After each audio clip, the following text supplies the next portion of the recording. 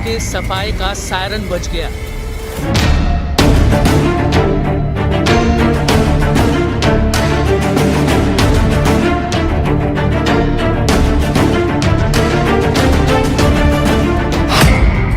देशों पर पुतिन के एटम बम फटने का सिग्नल मिला।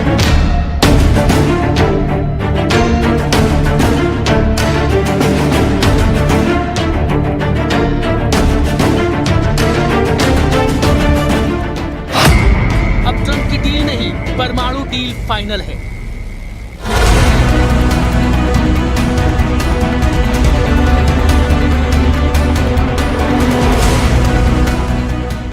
रूस बदले की आग में जल रहा है क्योंकि पुतिन के घर पर हुआ ड्रोन हमला विश्व युद्ध की वजह बनने जा रहा है। पुतिन ने ऐलान किया है कि जितने सबूत चाहिए वो दुनिया देख ले, लेकिन ज़ेलेंस्की को अब सबसे खौफनाक सजा दी जाएगी, पुतिन की जान लेने की कोशिश की सजा। अब ज़ेलेंस्की को वो तमाम दोस्त भी सहेंगे जिन्होंने यूक्रेन युद्ध में बारूदी साजिश रची है।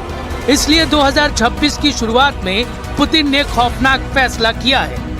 महाशक्तियों से युद्ध को लेकर पुतिन ने अपनी परमाणु फोर्स को सुपर एक्टिव कर दिया है। हालात ऐसे बन चुके हैं कि एक तरफ पुतिन है, दूसरी तरफ नेटो है और अब बीच में वर्ल्ड वॉर के साथ परमाणु धमाके का खतरा है। यूक्रेन में तेज हो रहे पुतिन के हमले बता रहे हैं कि पुतिन का परमाणु मिसाइल वाला गुस्सा पूरे यूक्रेन को ही नहीं बल्कि पूरे यूरोप को जला सकता है। रूस के हमलों से साफ है कि पुतिन का प्लान बहुत खतरनाक है क्योंकि अब ये युद्ध ज़ेलेंस्की के हाथ से निकल चुका है। ये बात ट्रंप भी जान गए हैं। ये तस्वीर देखिए जिसमें काली वर्दी में रूस के जनरल स्टाफ के डिप्टी हेड एडमिरल इगोर कोत्स्युको हैं। इनके साथ नीली वर्दी में मॉस्को में यूएस एम्बेसी में military attach representative captain Richter Tibetan हैं। रूस के जनरल ने ट्रंप के कैप्टन को वो सबूत दिए हैं जिनसे पुख्ता हो सके कि यूक्रेन ने ड्रोन हमला सोच समझकर किया, पुतिन को निशाना बनाने के लिए किया। जिन आरोपों को यूक्रेन नकार रहा है उसके खिलाफ रूस लगातार सबूत और गवाह सामने लाता जा रहा है। डरावनी बात यह है कि ट्रंप रूस के सबूतों पर संदेह जता रहे हैं। ट्रंप ने पहले तो पुतिन के घर पर हुए हमले पर गुस्से का इजहार किया। हालांकि पश्चिमी मीडिया और यूएस नेशनल सिक्योरिटी ने ड्रोन हमले में पुतिन के घर को टारगेट बनाने वाले दावे को खारिज कर दिया। उसके बाद ट्रंप के सुर बदल गए, जिसके बाद एक बार फिर रूस ने ट्रंप को सॉलिड प्रमाण थमा दिया है।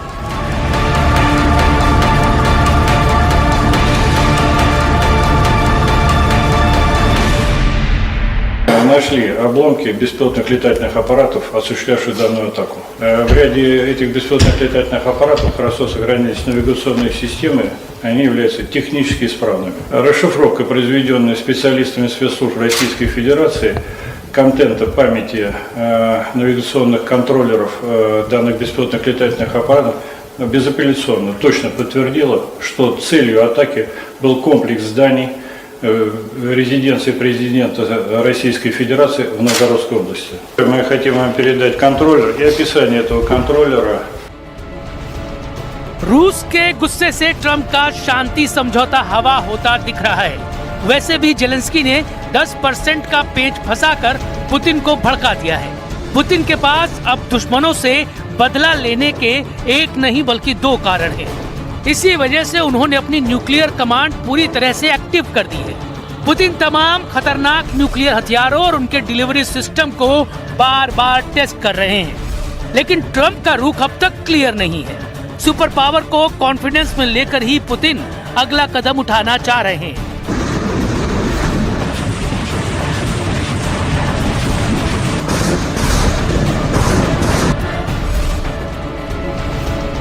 लेकिन यूक्रेन ने रूस को दहलाकर जिस तरह अमेरिका को युद्ध में फिर से घसीट लिया है, उससे ट्रंप को अब ये तय करना है कि ज़ेलेंस्की को बचाएंगे या फिर पुतिन की दुश्मनी मुफ्त में मोल लेंगे।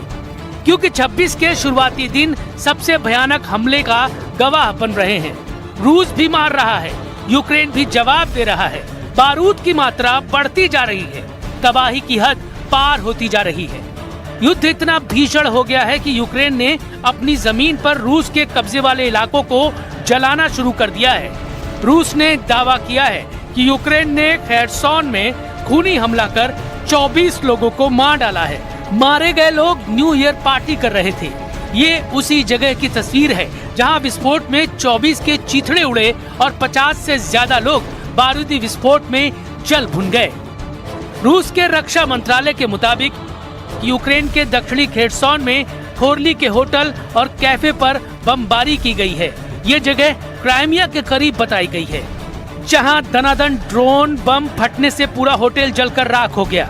धमाके इतने जोरदार थे कि होटल की इमारत को भारी नुकसान पहुंचा है। यूक्रेन के इस हमले के जवाब में रूस ने 2000 ड्रोन से पलटवार शुरू कर दिया है। 1 जनवरी की शाम से शुरू हुए रूस के हमले के पहले राउंड में ही 200 फाइटर ड्रोन रूस ने दाग दिए, जिनके निशाने पर यूक्रेन की कई पावर ग्रिड थी। ओदेसा और वोलिन में रूस के भयानक हमले के बाद बिजली सप्लाई ठप पड़ गई। रूस ने शाहेद ड्रोन की बौछार से लुत्स्क और कोवल को भी बारूद से पाट दिया।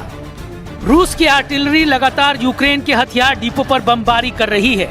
इस बीच रूस ने दावा किया है कि उसकी मिलिट्री फोर्स ने यूक्रेन के Su-27 जंगी जेट को भी ढेर कर दिया है। रूस के डिफेंस सिस्टम ने ज़ेलेंस्की आर्मी के गाइडेड बम और 250 ड्रोन तबाह कर डाले हैं। जबरदस्त जंग के बीच ट्रंप को पुतिन के घर पर हुए ड्रोन हमले के सबूत भेज दिए गए हैं, जिसके मायने ये हैं कि अब पुतिन रुकने वाले नहीं हैं। रूस भयानक बदले का प्लान बना चुका है। ये बदला सिर्फ रूस की बर्बादी वाला नहीं, इसमें यूरोप और नेटो की तबाही भी तय मानी जा रही है, क्योंकि पुतिन ने बेलारूस में परमाणु हमला करने वाली ओरेशनिक मिसाइलों की तैनाती महज डराने भर के लिए नहीं की है। ओरेशनिक क्या बला है, जो जानते हैं वो उसके नाम से कांपते हैं। ओरेशनिक मिसाइल से पुतिन पूरे यूरोप को 20 मिनट के अंदर तबाह करने की ताकत रखते हैं। ओरेशनिक मिसाइल से मिलने वाली मौत बहुत ही भयानक होती है। 4000 डिग्री में यूक्रेन को जलाने के लिए एक बार फिर तैयार हो चुका है रूस का ओरेशनिक मिसाइल। 4000 डिग्री की सेल्सियस वाली भट्टी तैयार है। यही वजह है कि 4000 डिग्री में ज़ेलेंस्की को जलाने का दूसरा मिशन लॉन्च होने वाला है। लुकाशेंको की ताजा चेतावनी इसी ओरेशनिक मिसाइल को लेकर आई है, जो 4000 डिग्री वाला हमला करती है, जिससे ऐसी गर्मी पैदा होती है कि सब कुछ भाप बन जाता है। पुतिन की ओरेशनिक एक परमाणु मिसाइल है, जिसमें जरूरत पड़ने पर एटमी हथियार बनाया जा सकता है। अब तक यूक्रेन पर जब ये मिसाइल गिरी तो इसके वॉरहेड में सिर्फ बारूद था। बावजूद इसके एक के बाद एक ओरेशनिक धमाके से यूक्रेन का नीप्रो शहर कब्रिस्तान बन गया था।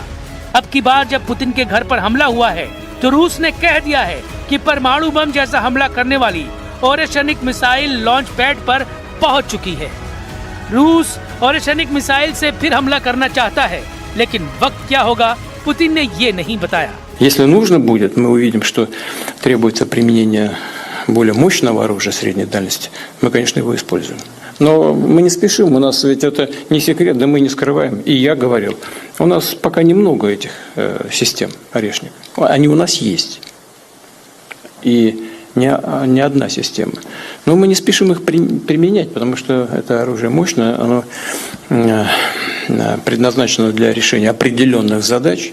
पुतिन ने साफ कर दिया है कि ओरेशनिक से फिर हमला करेगा रूस। पुतिन ने बता दिया है ज़ेलेंस्की को जलाने का दूसरा मिशन। पुतिन ने बताया है 4000 डिग्री की भट्टी में उबलेगा यूक्रेन। कह सकते हैं ओरेशनिक मिसाइल अब सिर्फ यूक्रेन ही नहीं बल्कि नेटो के खिलाफ भी पुतिन का ट्रम्प कार्ड बन चुकी है। 6 वॉरहेड के साथ पुतिन इस मिसाइल से यूक्रेन को दहला चुके हैं। अगर पुतिन ने इस मिसाइल को यूरोप के शहरों पर फायर किया तो क्या होगा? रूस की कापुस्तीन यार्स रेंज से ये मिसाइल फायर की गई तो 3200 किलोमीटर दूर लंदन पर यह मिसाइल 16 मिनट के अंदर गिरेगी और लंदन जलने लगेगा। अगर जर्मनी पर यह मिसाइल दागी गई तो 2300 किलोमीटर दूर बर्लिन पर यह मिसाइल 11 मिनट में गिरेगी। अगर फ्रांस पर यह मिसाइल दागी गई तो 3100 किलोमीटर दूर पेरिस तक पहुंचने में इसे महज 15 मिनट लगेंगे। अगर बेल्जियम पर यह मिसाइल दागी गई तो 3000 किलोमीटर दूर ये कैपिटल सिटी ब्रसल्स पर 14 मिनट में गिरेगी। अगर इटली पर यह मिसाइल फायर की गई तो 2700 किलोमीटर दूर रोम शहर पर यह मिसाइल महज 13 मिनट में फटेगी। पुतिन की सबसे बड़ी गेम चेंजर मिसाइल है RS-24। जंगल में छुपते हुए आगे बढ़ता हुआ ये ट्रक ही इसका लॉन्चर है। पुतिन कई बार इसकी टेस्ट लॉन्चिंग दिखा चुके हैं। अब डर है कि यूक्रेन युद्ध के दौरान इसका असली प्रैक्टिकल भी देखने को न मिल जाए। पूरी दुनिया बस इसी डर से घबराई हुई है। RS-24 यार्स की रेंज 11,000 किलोमीटर से भी ज्यादा है। ये पुतिन की सबसे आधुनिक लैंड बेस्ड मिसाइल है। वहीं पुरानी UR-100 स्टेलेटो अब भी भरोसेमंद मिसाइल है। रेंज 10,000 किलोमीटर से ज्यादा है।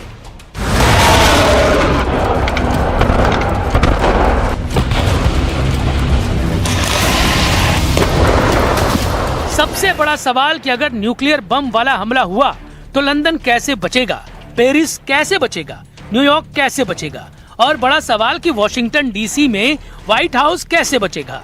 ये बहुत बड़ा सवाल है क्योंकि अब वर्ल्ड वॉर का खतरा है।